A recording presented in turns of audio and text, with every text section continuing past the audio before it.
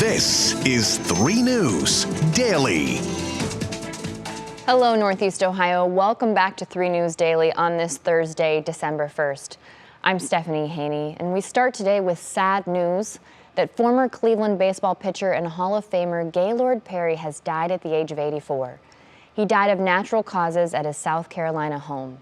Perry was the first player in history to win the Cy Young Award twice, once with Cleveland in 1972 and again with San Diego in 1978.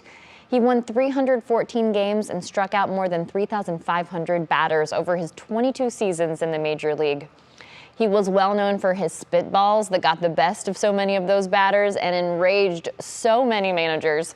He played for 3 years in Cleveland and a total of 8 teams throughout his career.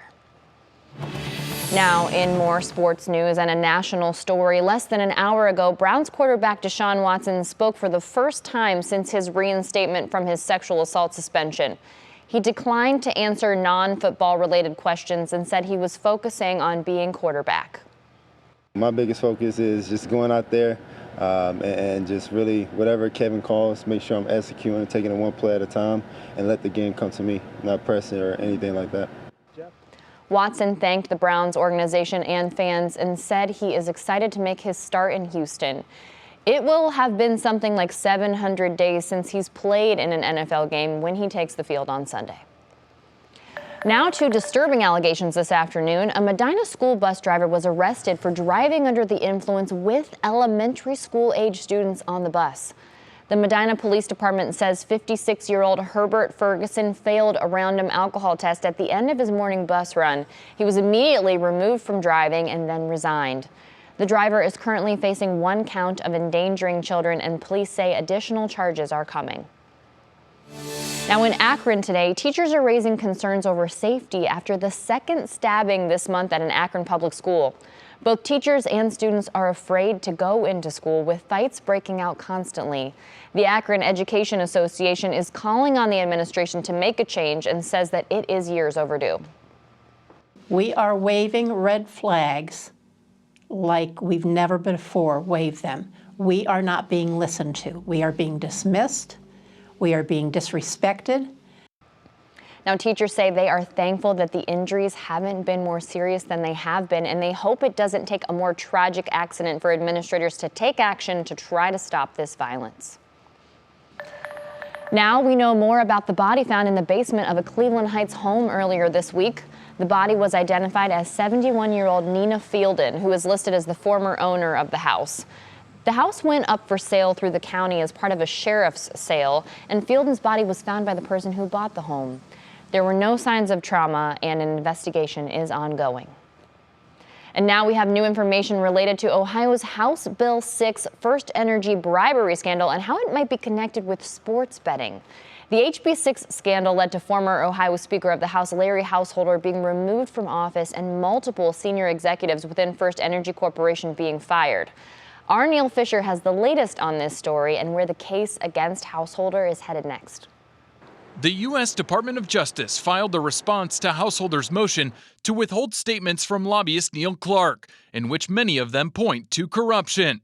In the DOJ filing, Clark told undercover FBI agents posing as businessmen to set aside $50,000 to $100,000 to pay public officials, including Householder, to fast-track sports betting in Ohio. Clark went on to say, quote, "Nobody knows the money goes to the speaker's account," end quote. In another meeting between the agents and Clark, Clark told them about House Bill 6 and referring to FirstEnergy as the bank because, quote, "they've got too much money, too much power," end quote. Householder argues these statements are hearsay because Clark has died, but the government is attempting to show they were in it together.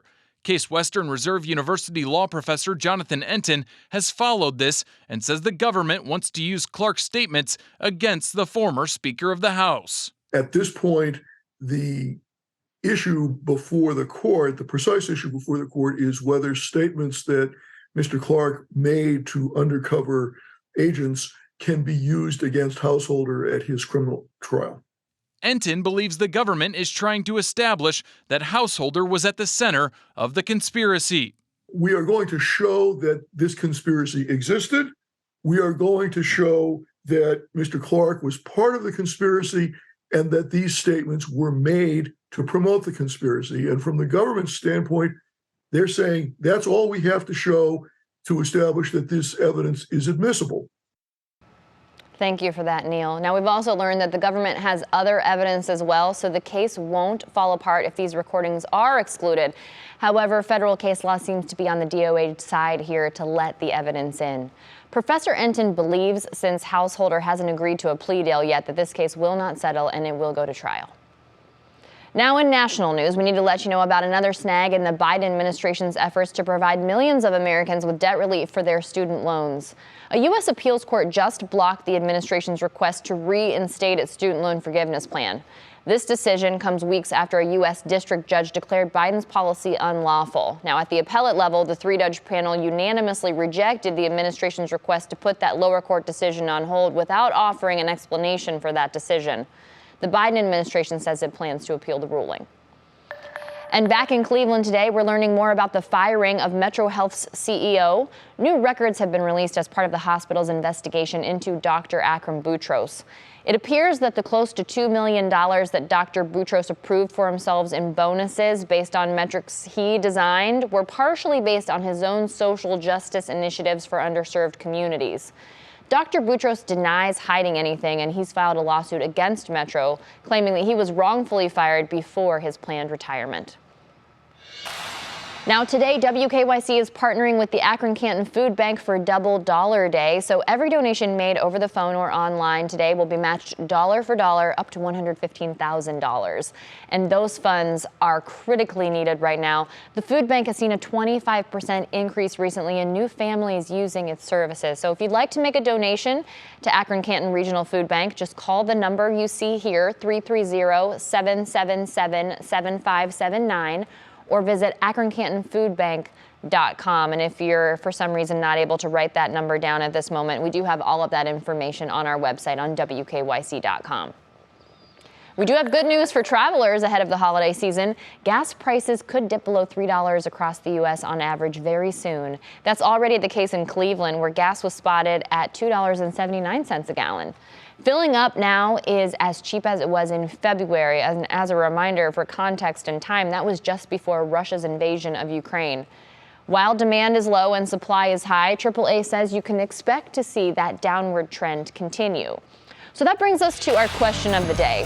We want to know, how will lower gas prices impact your budget? Will you finally break even, maybe travel more? Will you splurge on something, or will you do some saving? Let us know. Post the comment on the WKYC Facebook page or in the What's New Facebook group, and we will talk about it during What's New at 4 o'clock. I think for me, mostly, it's just going to make me happier when I fill up and see that the cost isn't so high. I'm sure it'll work itself out. Maybe I'll end up with a few extra treats at the end of the paycheck when I see a little extra left over. All right, before we go, on this first day of December, we need to let you know it's the month of Mary on RTA trains. They've decorated their red, blue, and green lines for the holidays, and their Holly Jolly Trolley is officially running downtown. The RTA tweets the holiday train schedule daily, so follow GCRTA on Twitter to know when and where you can find those decorations. I think that is the perfect way to get into the holiday spirit. And I have to tell you, the trolley is a great way to get around downtown. I loved it when I lived downtown. All right, thank you very much for being with us here for 3 News Daily. Everyone have a wonderful day. Look forward to those 50-degree weather days, and we'll see you back here tomorrow with more 3 News Daily.